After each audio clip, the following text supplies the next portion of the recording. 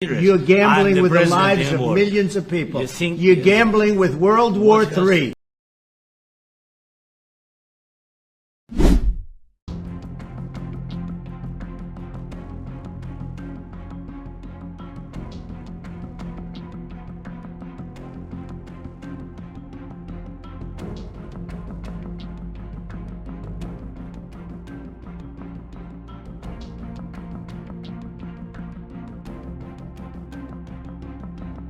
In 2014, the U.S. worked actively to overthrow Yanukovych. Everybody knows the phone call by my Columbia University colleague, Victoria Nuland, and the U.S. Ambassador Peter Piot. Listen to it. It's fascinating. I don't think Cleach should go into the government. I don't think it's necessary. I don't think it's a good idea. I think Yats is the guy who's got the economic experience, the governing experience, and, fuck the EU.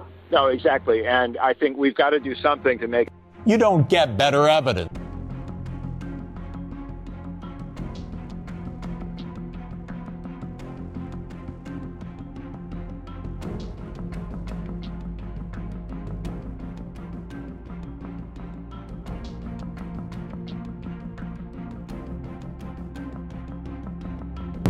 He's all dressed up today.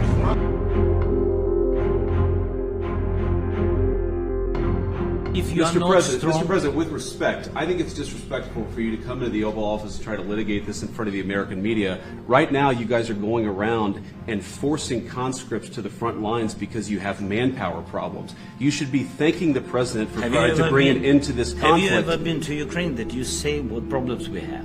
I have been to... Come once. I've actually watched and seen the stories, and I know what happens is you bring them on a propaganda tour, Mr. President.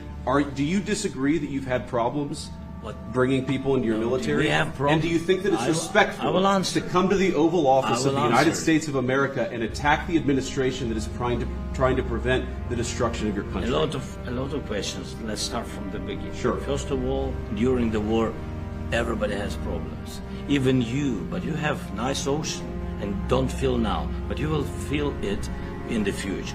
God bless. You don't know that. God bless. You don't God know bless. That. You will not have a war. Don't tell us what we're going to feel. And seeing the stories, and I know what happens is you bring people. Why don't you wear a suit? Have you said thank you once this A lot entire of meeting? times. No, in this Even entire meeting, today. have you said thank Even you? today. You went to Pennsylvania and campaigned for the opposition in October. Offer some words of appreciation for the United States of America and the president who's trying to save your country. This is what I was told. The president has kicked Zelenskyy out of the White House. His delegation right now is telling him that he's got to go home. The office was disrespectful, and I don't know if we can ever do business with Zelenskyy again. He either needs to resign and send somebody over that we can do business with, or he needs to change. So he says you need to consider resigning. Is that on the table?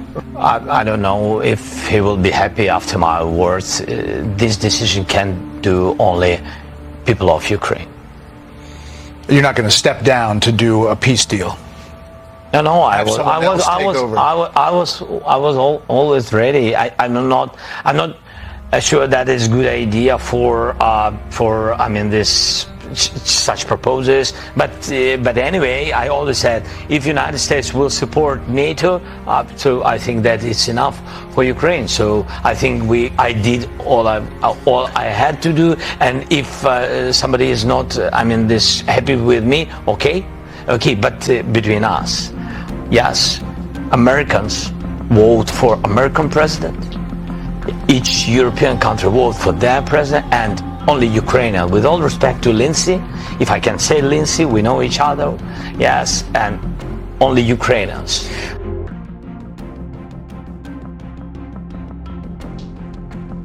That this was a setup.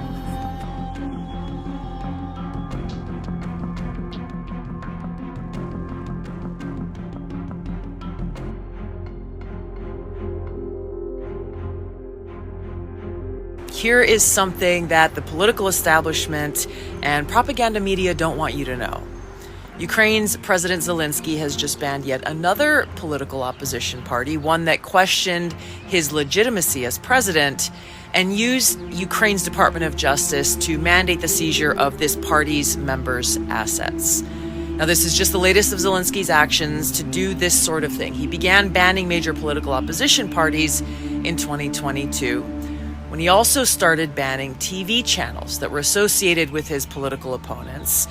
And he took over total control of Ukraine's largest television networks, now controlled by their government. Zelenskyy's presidential term ended on May 20th.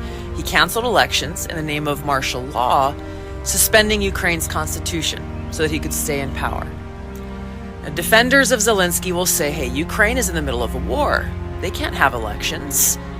Just stop for a moment and think, if we accept that excuse or criteria for suspending the Constitution and canceling elections, then we should presume that leaders in our own country and our own establishment media will also use this same excuse and rationale when they suspend our Constitution and our elections, since we too are at war with Russia and China. Now, if you think this sounds crazy, look at what's already going on. They've already started conditioning us to accept a dictatorship by rationalizing their own use of our Department of Justice to target President Trump and other political enemies in their efforts to stay in power.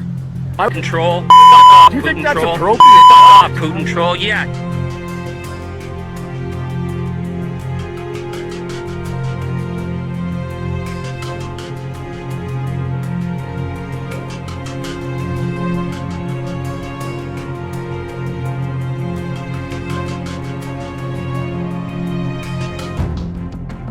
And our absolute determination to stand with you, unwavering determination, and to achieve what we both want to achieve. And Prime Minister Justin Trudeau touched down in Britain a short while ago. He will attend tomorrow's Ukraine Security Conference. Trudeau received a last-minute invitation to what was originally a meeting for European leaders only.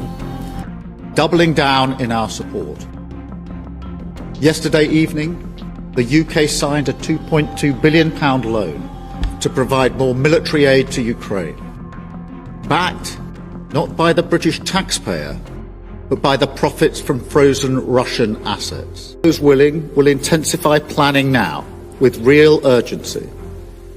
The UK is prepared to back this with boots on the ground and planes in the air.